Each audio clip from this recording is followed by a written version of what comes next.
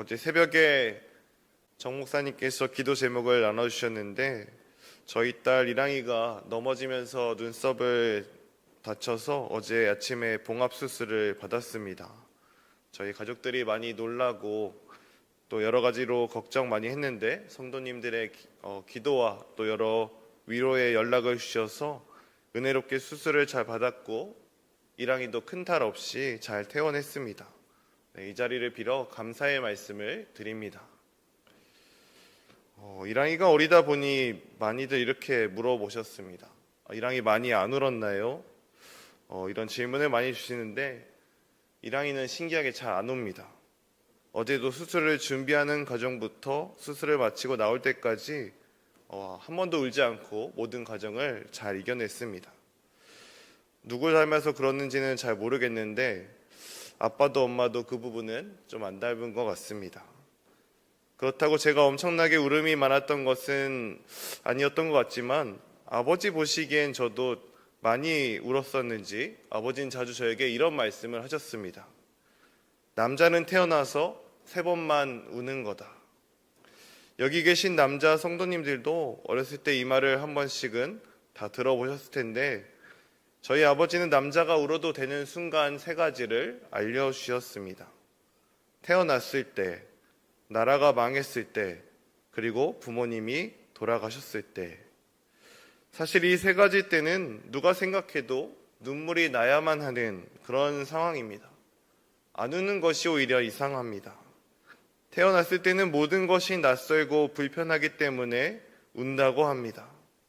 엄마 뱃속에서 처음 나와서 겪는 모든 상황, 처음 내 호흡기로 숨쉬는 그 낯설고 불편함에서 오는 울음이 저절로 나온다고 합니다. 부모님이 돌아가셨을 때, 아직 저는 부모님이 다 살아계셔서 간접적으로 할머니, 할아버지께서 돌아가셨을 때 다시 이 땅에서 그분들을 만날 수 없다는 생각에 슬픔의 눈물이 나오는 것을 보면 부모님이 돌아가실 때 더 많이 울 것 같습니다. 마지막으로 나라가 망했을 때, 이것도 아직 겪어보지 않았고 앞으로도 겪지 않았으면 좋겠지만 만약 나라가 망해서 주권과 자유를 빼앗긴 세상에 살아야 한다고 한다면 앞에서 말했던 불편함과 슬픔이 함께 복합적으로 느껴져서 눈물이 날 것 같습니다. 오늘 우리가 읽은 말씀 속의 상황도 그런 불편하고 슬픈 상황입니다.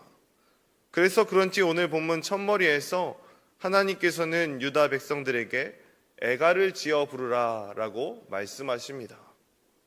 여기서 말하는 애가는 슬픈 노래, 애통하는 노래라는 뜻을 가지고 있는데 유다 사람들은 크게 2가지 상황에서 이런 노래를 부릅니다.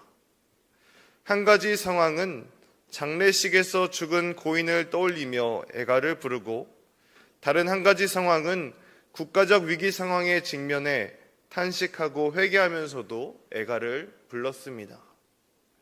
오늘 본문 1절에서 특별히 이스라엘 고관들을 위해서, 이스라엘 지도자를 위해서 애가를 부르라고 한 것을 보면 국가적 위기 상황에 도래했음을 알려줍니다.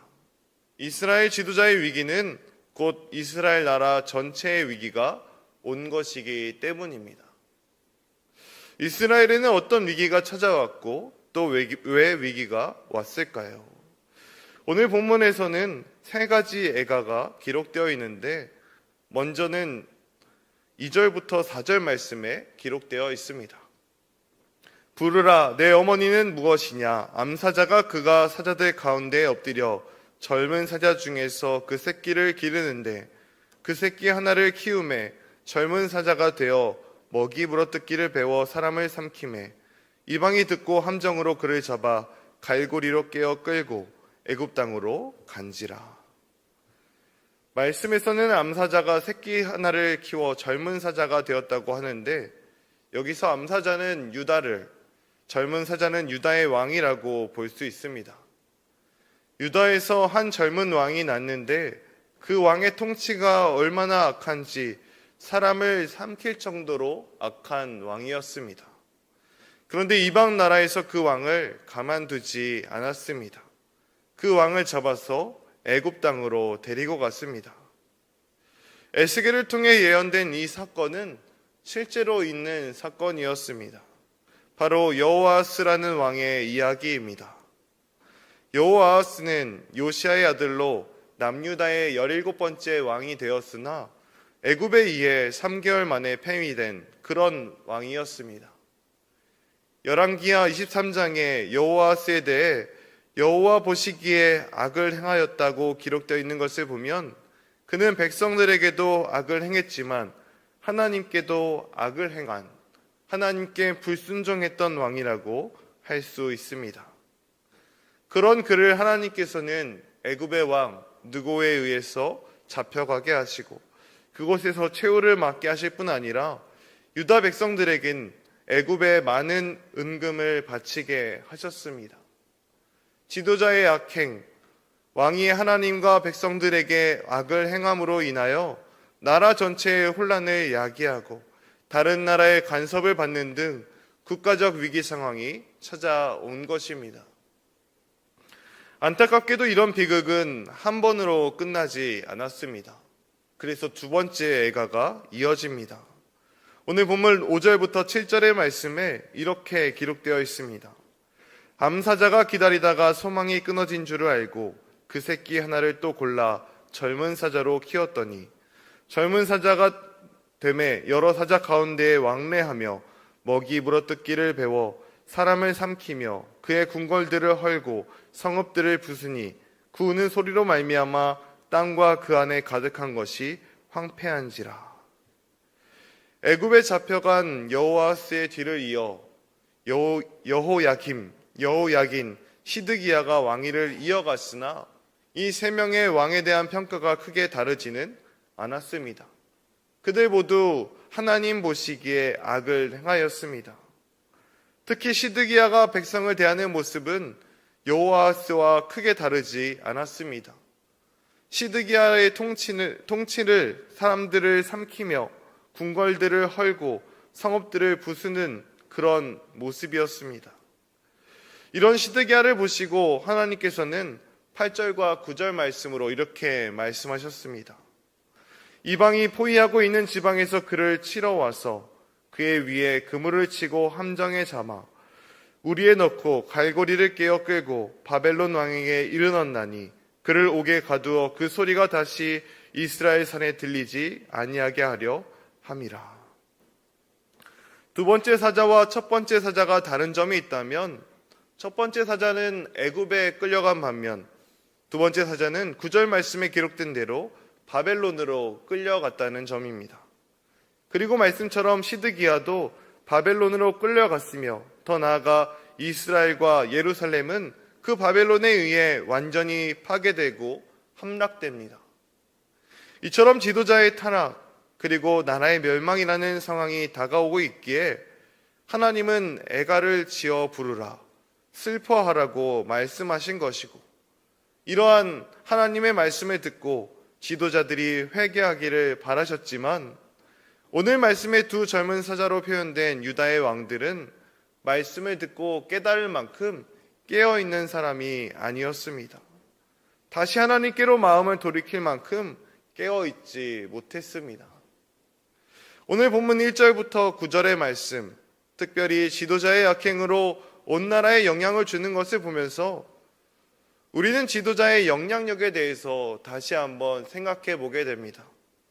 말씀은 지도자 한 사람이 하나님 앞에 바로 서지 못할 때, 불순종하고 교만해질 때 그 공동체도 함께 넘어질 수 있다는 것을 보여주는데 이는 말씀 속에서만 일어날 수 있는 일이 아니라 오늘을 살고 있는 우리에게도 충분히 일어날 수 있는 그런 일이기 때문입니다.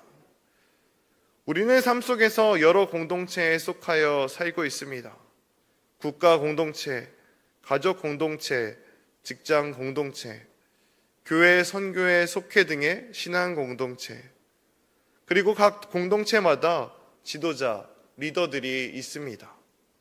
이 공동체의 리더는 내가 될 수도 있고 다른 사람일 수도 있지만 나도 이 공동체에 속해 있는 사람인 만큼 우리 공동체의 리더를 위해서 우리는 항상 기도해야 합니다. 그 리더가 믿음이 있는 사람이라면 하나님과의 관계를 온전히 하며 하나님을 경외하는 삶을 살 수 있도록, 믿음이 없더라도 하나님이 사람들 안에 주신 양심에 따라 행동할 수 있도록, 더 나아가 리더로서 자기 사명을 충실히 감당하며 책임감 있는 사람이 될 수 있도록 우리는 기도해야 한다는 것입니다. 어떠한 리더도 자기 마음대로만 하면 공동체를 올바른 방향으로 이끌어갈 수 없습니다. 하나님을 경외하는 마음을 가지고 하나님께 귀를 기울이고 최소한 겸손한 마음을 가지고 다른 사람을 사랑하고 존중하는 마음을 가져야 올바르게 나아갈 수 있다는 것입니다.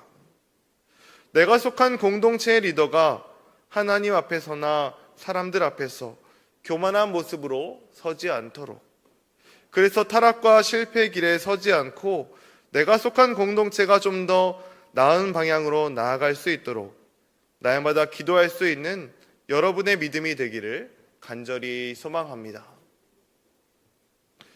오늘 본문 속 세 번째 애가는 10절에서 14절 말씀에 기록되어 있습니다. 먼저 10절에서 11절 말씀은 긍정적인 말씀이 이어집니다.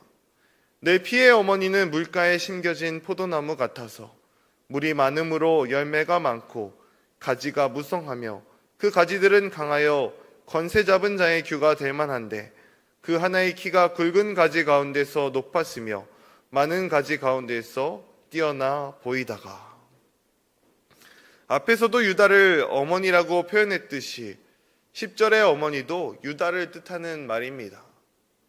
말씀은 먼저 유다를 물가에 심겨진 포도나무라고 말합니다. 성경 안에서 무언가가, 어떤 나무가 물가에 심겨져 있다는 것은 많은 은혜를 누리고 살아가는 복된 인생을 말합니다. 말씀에 포도나무에 열매가 많고 가지가 무성하다고 기록되어 있듯이 유다가 원래는 그런 하나님의 끊임없는 은혜를 누리는 그런 나라였습니다. 심지어는 권세 잡은 자의 규, 왕의 지팡이가 될 만한 제목이기도 했습니다. 하지만 안타깝게도 지금 눈앞에 있는 그들의 운명은 너무나도 달라졌습니다. 12절부터 14절의 말씀입니다.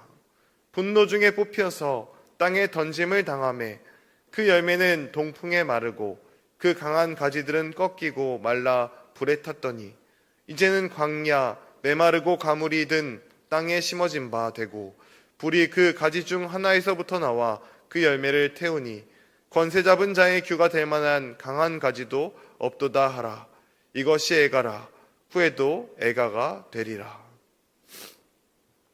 하나님께서는 그들을 동풍과 불로 심판하시는데, 특히 동풍은 이스라엘 동쪽에 위치한 바벨론을 말합니다. 지도자들이 타락하여 하나님을 제대로 경외하지 않는데 유다 백성들도 하나님을 제대로 섬겼을 리가 없습니다. 유다 백성들에게 끊임없는 복을 주셨던 하나님을 망각한 채 하나님께 감사하지도 순종하지도 않는 삶을 살았을 것입니다. 그리고 그런 유다에게 하나님은 슬픈 일이 생길 것임을 예언하시며 그들이 다시 돌이키기를 간구하십니다. 사랑하는 새신의 성도 여러분, 우리 입에서 불러져야 할 노래는 유다 백성들과 같이 애가가 아니라 기쁨의 노래이기를 소망합니다. 유다 지도자들과 같이 백성들이 주님을 잊고 불순종하고 교만하게 살아서 하나님의 경고를 받고 심판을 받았던 그 일이 우리에게서는 반복되지 않기를 바랍니다. 그래서 우리는 내가 속한 공동체의 리더들을 위해서 기도해야 하고, 또 날마다 우리의 삶을 돌아보며 하나님을 바라보는 시간을 늘리고 하나님의 은혜를 발견하고 하나님께 감사를 고백하는 일도 계속해서 늘려나가야 합니다.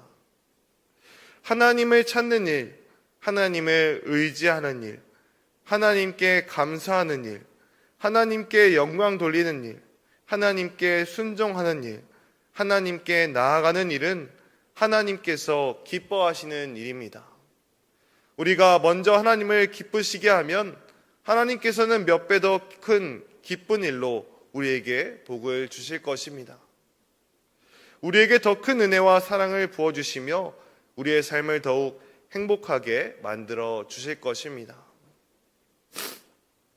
하나님의 경고를 듣고 애가를 부르기 전에 삶에서 만나는 모든 공동체와 그 리더들을 위해서 기도하고 또 항상 하나님 안에서 감사의 노래를 부르는, 그래서 하나님을 기쁘시게 하는 저와 여러분들이 되시기를 간절히 축원합니다.